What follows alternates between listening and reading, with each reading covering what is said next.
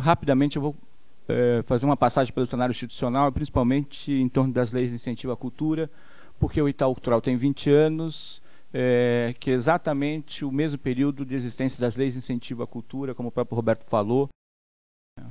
Você viu nos últimos 20 e poucos anos o crescimento intenso da participação das empresas no mundo da cultura. Obviamente que isso se deve em virtude do surgimento das leis de incentivo à cultura.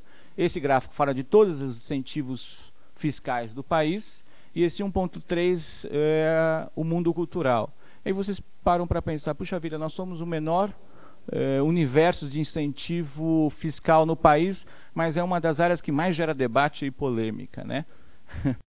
Não dá para desenvolver política cultural só pensando no universo dos incentivos fiscais. Você acaba transferindo equivocadamente para a iniciativa privada o papel de desenvolver política cultural no país. E aí dá esse curto-circuito. Por quê? Se você imaginar que 1.3 mais ou menos é também o orçamento do Ministério da Cultura e 80% disso é em custeio, quer dizer, fica muito pouco para investimento, você acaba percebendo de que boa parte da atuação do Ministério da Cultura só vai ser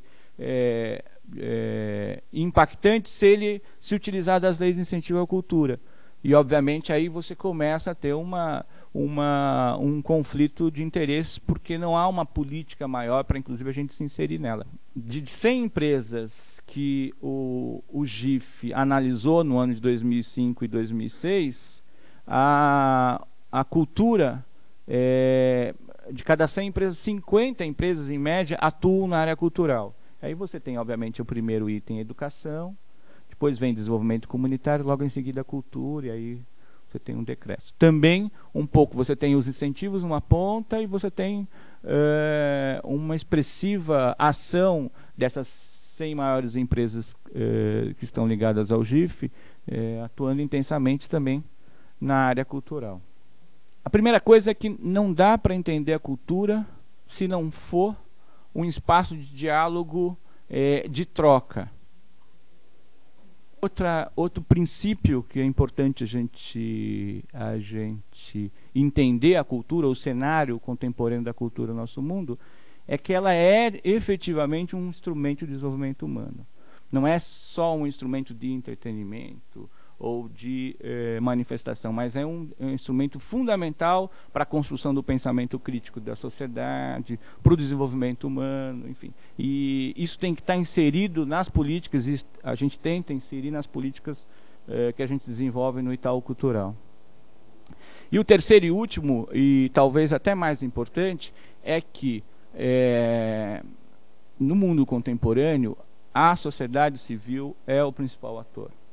O grande protagonista são as pessoas, é o indivíduo, e não as instituições, as organizações. Isso você pode, inclusive, transferir para outras questões. O mundo da propaganda cada vez mais traz o indivíduo como grande protagonista, né? A cidade contemporânea, a cultura contemporânea tem a vocação, a necessidade do diálogo, né, nos nossos tempos. Não dá para pensar só em levar cultura, né? Levar aos outros o que é nosso.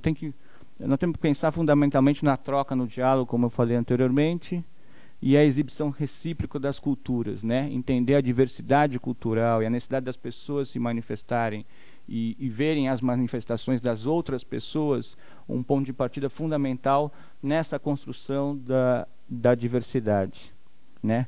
E obviamente que uma das questões fundamentais desta troca é o que eu chamo de ética da cooperação, né? Espaços comuns, arcabouços legais comuns. O outro tema, a cultura como instrumento para o desenvolvimento humano, né? A busca da criatividade. O ser humano precisa ter o seu espaço de manifestação criativa, é fundamental. A afirmação da diversidade cultural e a ênfase no produto cultural. A ênfase no produto cultural, na obra feita acabada, não é o mais importante. É uma das questões importantes, mas não é o mais importante. O mais importante, talvez, é a ênfase no processo, no processo de criação cultural. Pessoas formadas e organizações prontas para fazer a amarração, fazer o diálogo entre a obra, entre o processo e as pessoas, entre o processo e o público. A formação de público é fundamental e, obviamente, que isso tem que estar intimamente vinculado a um processo educacional. E, obviamente, dentro da cultura como um instrumento de desenvolvimento humano, a experiência do prazer, do questionamento, da descoberta, isso é fundamental. E a sociedade civil é o autor, né? É o grande ator. A cultura encontra-se nas redes, na sociedade civil, os blogs, a internet, as manifestações da periferia. Nunca a periferia se manifestou tanto.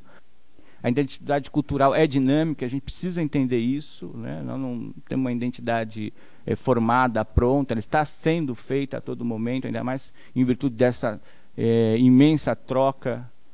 A diversidade cultural é o principal patrimônio da humanidade, isso é um consenso hoje no mundo da cultura, principalmente nos debates que a própria Unesco promove, não só aqui no Brasil, mas no mundo inteiro. Isso é uma questão que precisa estar intimamente ligado às políticas culturais. Garantir ao indivíduo a escolha do que ver e praticar. Isso fecha esta questão central que a sociedade civil é o grande protagonista. O indivíduo tem que escolher, ou tem que ter a opção em escolher o que ele vai ver e mais, não é só o que ele vai ver, o que ele vai praticar. E aí isso significa construir um grande sistema, uma grande política cultural nesse país, que passa pela iniciativa privada, que passa pelo governo, que passa pelos produtores, pelos artistas, que passa pela sociedade civil, para que as pessoas de fato possam falar: eu quero ver isso, ou eu quero me manifestar desta maneira. Obviamente que esse é um processo que não começa agora, ou não começou agora e não vai terminar amanhã. É um processo que está intimamente ligado ao desenvolvimento do país. Eu costumo dizer uma coisa que choca um pouco as pessoas. O nosso diferencial competitivo, para usar um termo do mundo de vocês, não é democratizar o acesso à cultura. Você tem organizações, tem instituições que fazem isso com uma excelência indiscutível. O SESC aqui em São Paulo é uma organização que democratiza o acesso à cultura, e esse é o diferencial competitivo. O nosso diferencial competitivo é criar espaços de manifestação e reflexão sobre a arte e cultura no Brasil.